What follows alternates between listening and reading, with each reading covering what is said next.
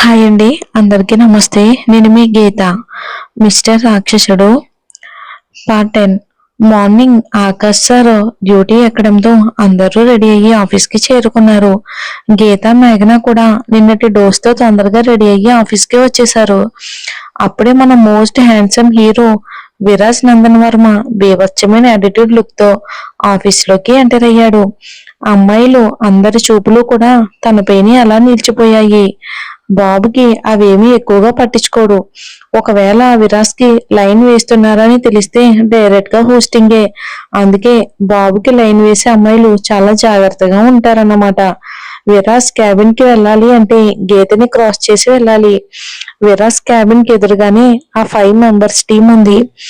విరాజ్ ని విష్ చేయడానికి లేచిన గీతను అలా చూస్తూ ఉండిపోయాడు. మన గీత కూడా విరాజ్ కి తీసిపోకుండా ఉంటుంది.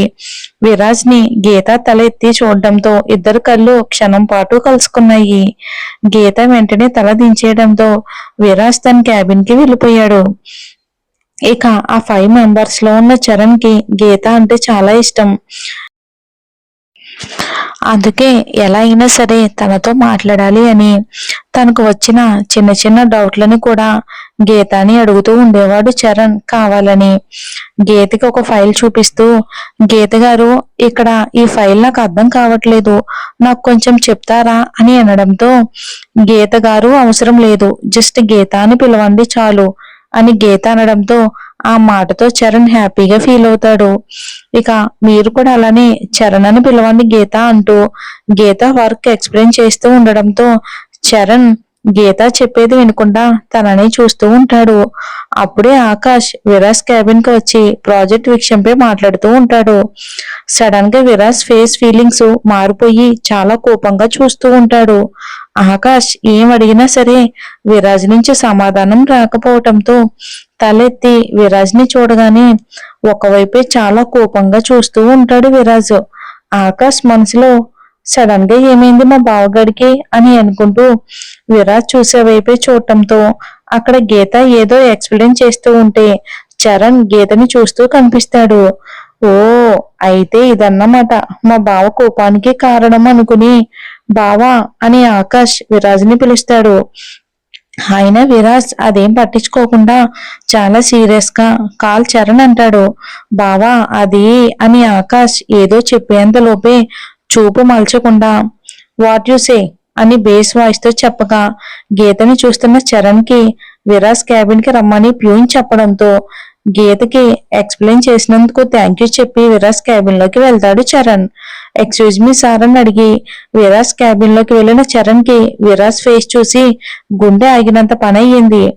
విరాజ్ తన కోపాన్ని కంట్రోల్ చేసుకుంటూ what are you doing mister Charan అని బేస్ వాయిస్ లో సీరియస్ గా అడుగుతూ ఉంటాడు.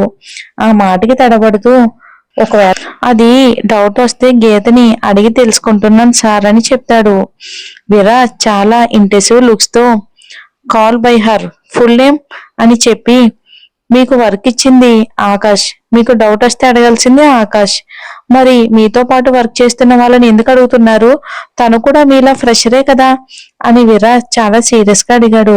విరాజ్ వాయిస్ కి అంత ఏసీలో కూడా చెమటలు పడ్డాయి.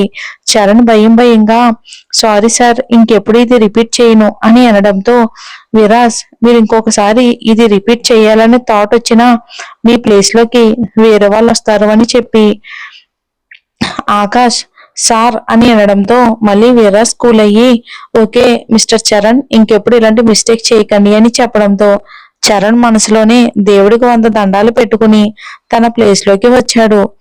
ఆకాష్ చరణ్ ప్లేస్ మార్పించు, ఈసారి ఆఫీస్ టైంలో పిచ్చి వేషాలు వేయకూడదు అని చరణ్ కి గుర్తుండాలి అని చెప్పాడు. ఆకాష్ మనసులో నువ్వేమన్నా మర్చిపోయేలా చెప్పావా, నిద్రలో కూడా నీ పేరు వినబడితే ఉలికి పడేలా చెప్పావు, ఇక వాడి జీవితంలో వాడి సొంత పిల్లాన్ని కూడా సైట్ కొట్టకుండా చేశావు, ఆయన ఇప్పుడు నీ కోపం వాడు ఆఫీస్ టైం ని వేస్ట్ చేశాడనా గీతని చూశాడనా.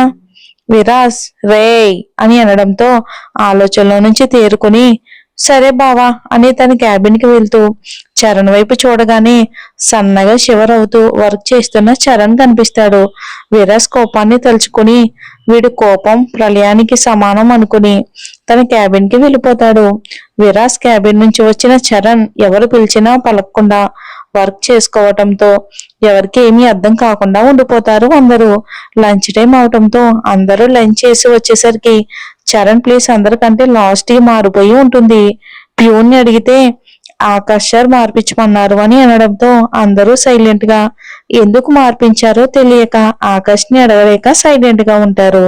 కానీ కారణం వాళ్ళలో ఒక్క చరణ్ కి మాత్రమే తెలుసు. ఈవినింగ్ టీ బ్రేక్ లో వాష్రూమ్ కి వెళ్లిన గీతకి అక్కడ ఎవరిదో ఏడుపు వినిపించడంతో వెళ్లి చూస్తే తను మానస. మీటింగ్ ఫస్ట్ డే పరిచయమైన అమ్మాయి. ఏమైంది మానస, ఎందుకు ఏడుస్తున్నావు అని గీత కంగారుగా అడుగుతుంది. మానస గీతని హత్తుకుని ఏడుస్తూ ఉంటుంది. నేనున్న టీంలో టీఎల్ నాతో మిస్బిహేవ్ చేస్తున్నాడు. వర్క్ నేర్పించే వంకతో నన్ను టచ్ చేస్తున్నాడు. ఈ రోజు లంచ్ టైంలో నాతో మళ్ళీ తప్పుగా ప్రవర్తించాలని చూస్తే ఇక ఇలా బిహేవ్ చేస్తే విరాజ్ సార్కి కంప్లైంట్ చేస్తానని చెప్పాను. దానికి వాడు ముందు రోజు వాడు నన్ను టచ్ చేస్తున్నా నేను భయంతో ఏమీ అనలేకపోయాను అని సీసీ కెమెరాలో రికార్డ్ అయి ఉంటుంది కదా, ఆ రికార్డింగ్స్ విరాజ్ సార్కి చూపించి నేను నా ఇష్టంతోనే అలా బిహేవ్ చేశానని విరాజ్ సార్కి చెప్తే ఆఫీస్ టైంలో ఇలాంటి పనులు చేసినందుకు ఇద్దరిని కలిపి జాబ్ నుంచి తీసేస్తారని, నాకు ఎలాగో ఎక్స్పీరియన్స్ ఉంది కాబట్టి వేరే కంపెనీలో అయినా జాయిన్ అవుతాను, కానీ నువ్వు ఫ్రెషర్వి కాబట్టి అలాంటి పెద్ద కంపెనీ నుండి జాబ్ నుండి తీసేస్తే నీకు మళ్ళీ జాబ్ దొరకడం కూడా కష్టం. ఆలోచించుకో.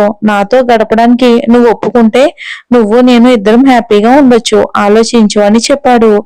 నాకు జాబ్ చాలా అవసరం. అలా అని అలాంటి పని చేయడానికి నేను ఒప్పుకోలేను. అందుకే ఏం చేయాలో అర్థం కాక ఎలా ఏడుస్తున్నాను అని మానస చెప్పడంతో గీత ఊరుకో మానస, ఏదో ఒకటి చేద్దాం. అయినా తప్పు నాదే గీత. వాడు అలా బిహేవ్ చేసిన మొదటి రోజే చెప్పుతో కొట్టాల్సింది. కానీ నా భయం నన్ను ఆపేసింది. ఆ భయమే ఈ రోజు నన్ను ఇలా ఏడ్చేలా చేసింది అని మానస అంటుంది. నువ్వు ఇలా భయపడినన్ని రోజులు వాడు ఇలాగే బిహేవ్ చేస్తాడు. అయినా నీ దగ్గర తప్పు లేదు అని నిరూపించే ప్రూఫ్ లేదు కాబట్టి వాడు అలా మాట్లాడుతున్నాడు. అదే నీ దగ్గర ఆ ప్రూఫ్స్ ఉంటే అలాగే నువ్వు జాబ్ మానేయాల్సిన అవసరం ఉండదు అని గీత చెప్పడంతో, కానీ మనకు నా తప్పు ఏమీ లేదని ప్రూఫ్స్ ఎలా వస్తాయి? అవి రావు, మనం సంపాదించుకుంటే దొరుకుతాయి. నువ్వు నేను చెప్పినట్టు చెయ్యి అని గీత తన ప్లాన్ చెప్తుంది. ఇదంతా సరిగ్గా అవుతుందంటావా అని మానస అనడంతో గీత ఖచ్చితంగా అవుతుంది, నువ్వు ధైర్యంగా ఉండు అని చెప్పి మానసకి చెప్పి పంపించి తన ప్లేస్ కి వస్తుంది. లేటుగా వచ్చిన గీతని చూసి మేఘన ఎంతసేపు ఏం చేసావే? గీత ఇప్పుడు మేఘనకి చెప్తే అనవసరంగా గొడవలు ఎందుకు అని టెన్షన్ పడుతుంది. ఏం లేదే, జస్ట్ స్లోగా వచ్చా అంతే అని అనడంతో మేఘన నిజమే అనుకుని వర్క్ చేసుకుంటుంది. గీత మేఘన ఈవినింగ్ ఇల్లు చూడడానికి వెళ్ళాలి అనుకోవడంతో ఆఫీస్ అయిన వెంటనే సిద్ధార్థ్ గారికి కాల్ చేసి ఆ అడ్రస్ కి వెళ్తారు. అక్కడికి వెళ్ళాక ఇల్లు చూసి అలా ఉండిపోతారు. మేఘన ఏంటి ఇల్లు ఇలా ఉంది? ఏమోనే, అభి ఏమో మన బడ్జెట్ లో అని అన్నాడు. ఇక్కడ ఇల్లు ఏమో ఇలా ఉంది. సరే వెళ్దాం పద, మన బడ్జెట్ లో లేకపోతే హాస్టల్ కి వెళ్ళిపోదామని మేఘన అనడంతో గీత సరే అని లోపలికి వెళ్లేలోపు వాళ్ళని వాచ్మెన్ స్కూటీని బయట పార్క్ చేసి లోపలికి వెళ్ళమని చెప్తాడు వాచ్మెన్. మరి ఏం జరుగుతుందో ఏంటో, విరాసు వాళ్ళని చూస్తాడో లేదో వచ్చే ఎపిసోడ్ లో చూద్దాం.